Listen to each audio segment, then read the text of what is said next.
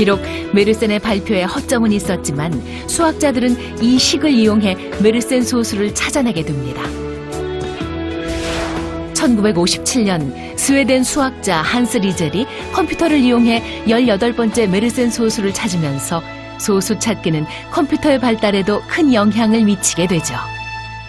Donc en fait, aujourd'hui, la chasse au grand nombre premier est un sport qui intéresse, qui est une façon de tester les ordinateurs, les algorithmes, les logiciels, les processeurs, la possibilité de faire travailler ensemble un grand nombre d'ordinateurs pendant longtemps. Donc c'est quelque chose qui est très très intéressant pour la technologie, pour les applications à la cryptographie, pour les applications militaires, pour toutes sortes de choses comme ça.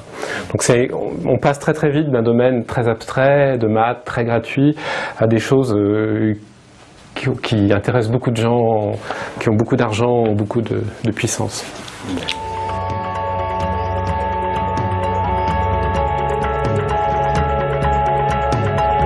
소수는 수의 세계에서 원자와도 같습니다. 더 이상 쪼개지지 않는 수의 근본이죠. 그래서 소수는 수학자들의 중요한 탐구 대상이자 가장 기본적인 연구 대상입니다.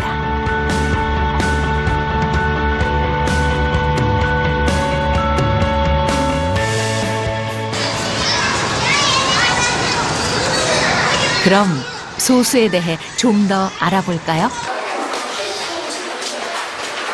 초등학교 때 배운 소수, 기억을 더듬어 보세요. 기억나시나요? 소수가 무엇일까? 누가 한번 대답해 볼까요? 소수란 나누어지지 않는 수. 네, 나누어지지 않는 수요. 약수가 1과 자기 자신밖에 없는 수입니다. 그럼 어떤 수가 소수인지 살펴볼게요. 소수인 친구들은 지금부터 일어서고요. 소수가 아닌 친구들은 앉아보도록 할게요. 5는 소수입니다. 6은 소수가 아닙니다. 7은 소수입니다. 8은 소수가 아닙니다. 바로 여기에 아주 특별하고 재미있는 소수의 특징이 있습니다. 지금 2와 3은 일어서 있습니다. 그 다음 앉아있죠? 일어서 있고 앉아있고. 다음 몇 번이죠? 7 다음은 몇 명이 앉아있나요? 7명이 앉아있네요. 소수인 아이들이 서 있는 자리와 소수가 아닌 아이들이 앉아 있는 자리 간격이 들쭉날쭉. 소수의 간격은 한눈에 봐도 불규칙해 보입니다.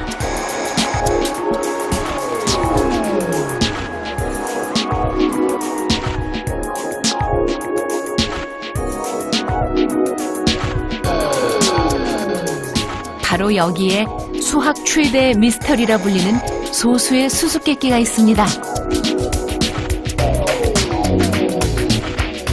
수와 수학에는 규칙이 있죠. 그 규칙으로 계산을 하고 답을 얻습니다. 그 규칙의 세계에서 소수는 예외입니다. 소수가 나타나는 자리를 따라가다 보면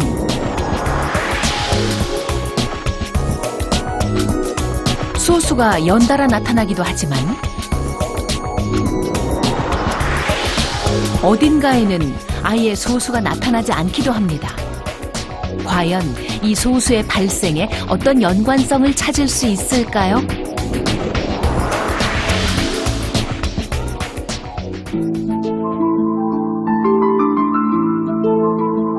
소수에 대한 이 의문을 풀기 위한 노력은 고대에서부터 계속되어 왔습니다.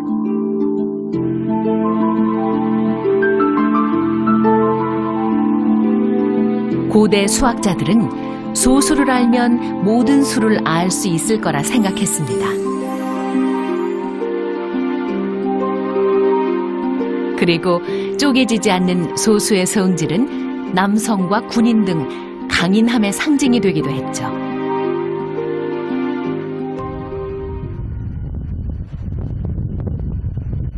지중해의 아름다운 항구 도시 알렉산드리아는 고대 학문과 예술의 중심지였습니다.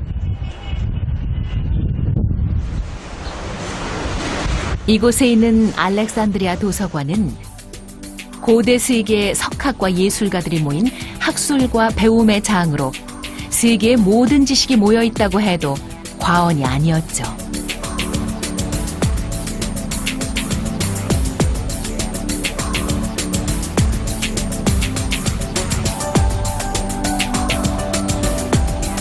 에라토스테네스는 이 도서관 도서관장이자 수학자였습니다.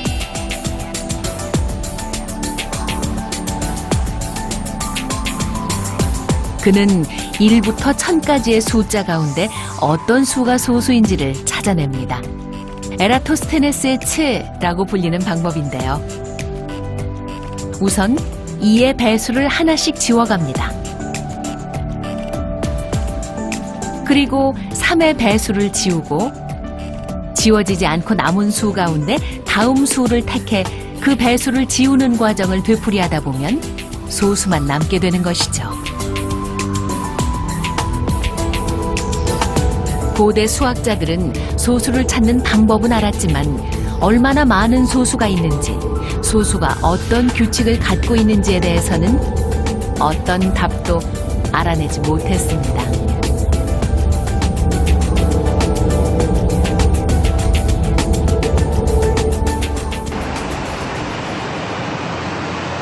그리고 오랜 세월 동안 소수는 수수께끼를 간직한 채 그 자리에 멈춰 있었습니다. 수학자들은 소수를 이해하고 그 수수께끼를 풀기 위해 노력했지만 소수는 아직 인간의 영역이 아니었습니다. 18세기 독일, 드디어 소수는 한 수학자의 손에 닿기 시작합니다.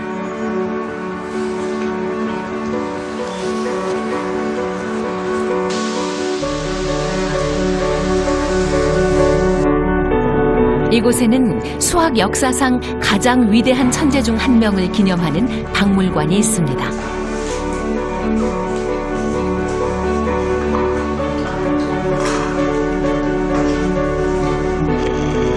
그 사람은 바로 가우스입니다.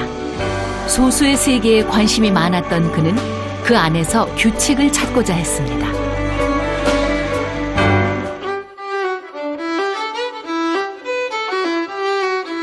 가우스는 어릴 때부터 놀이처럼 소수를 찾는 것을 즐겼다 합니다.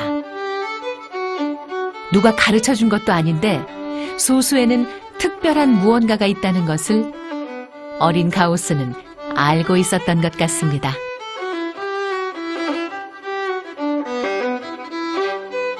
Immer mal, wenn eine freie halbe Stunde hatte, sich ein gewisses Intervall hergenommen, 1000 Zahlen, ja, von einer Grenze bis zur nächsten, 1000 Zahlen und von all diesen 1000 Zahlen schnell nachgeprüft, wie viele Primzahlen darunter waren.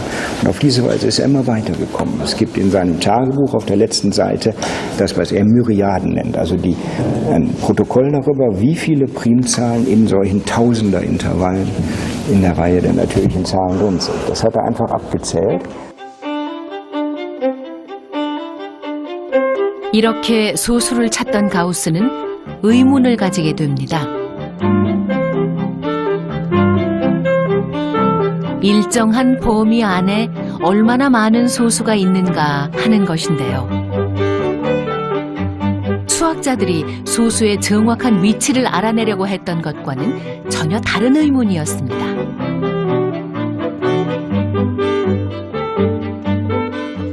Eine Vermutung über die Verteilung der Primzahlen zu haben. Also was man am Anfang sieht, 2, 3, 5, das sind sehr viele Primzahlen und unter den ersten paar Zahlen, das ist untypisch, die sind zu klein. Aber wenn man mal jenseits von 100.000 oder jenseits von 3 Millionen oder so ist, dann erkennt man eher gewisse Regelmäßigkeiten. 가우스의 생각을 따라가 볼까요? 가우스는 소수 분포의 규칙성을 큰 나무에서 나뭇잎이 떨어지는 것과 비슷할 것이라고 생각했다 합니다. 나무의 바로 밑에는 잎이 많이 떨어지지만 밖으로 나갈수록 그 수가 줄어드는 것처럼 말이죠.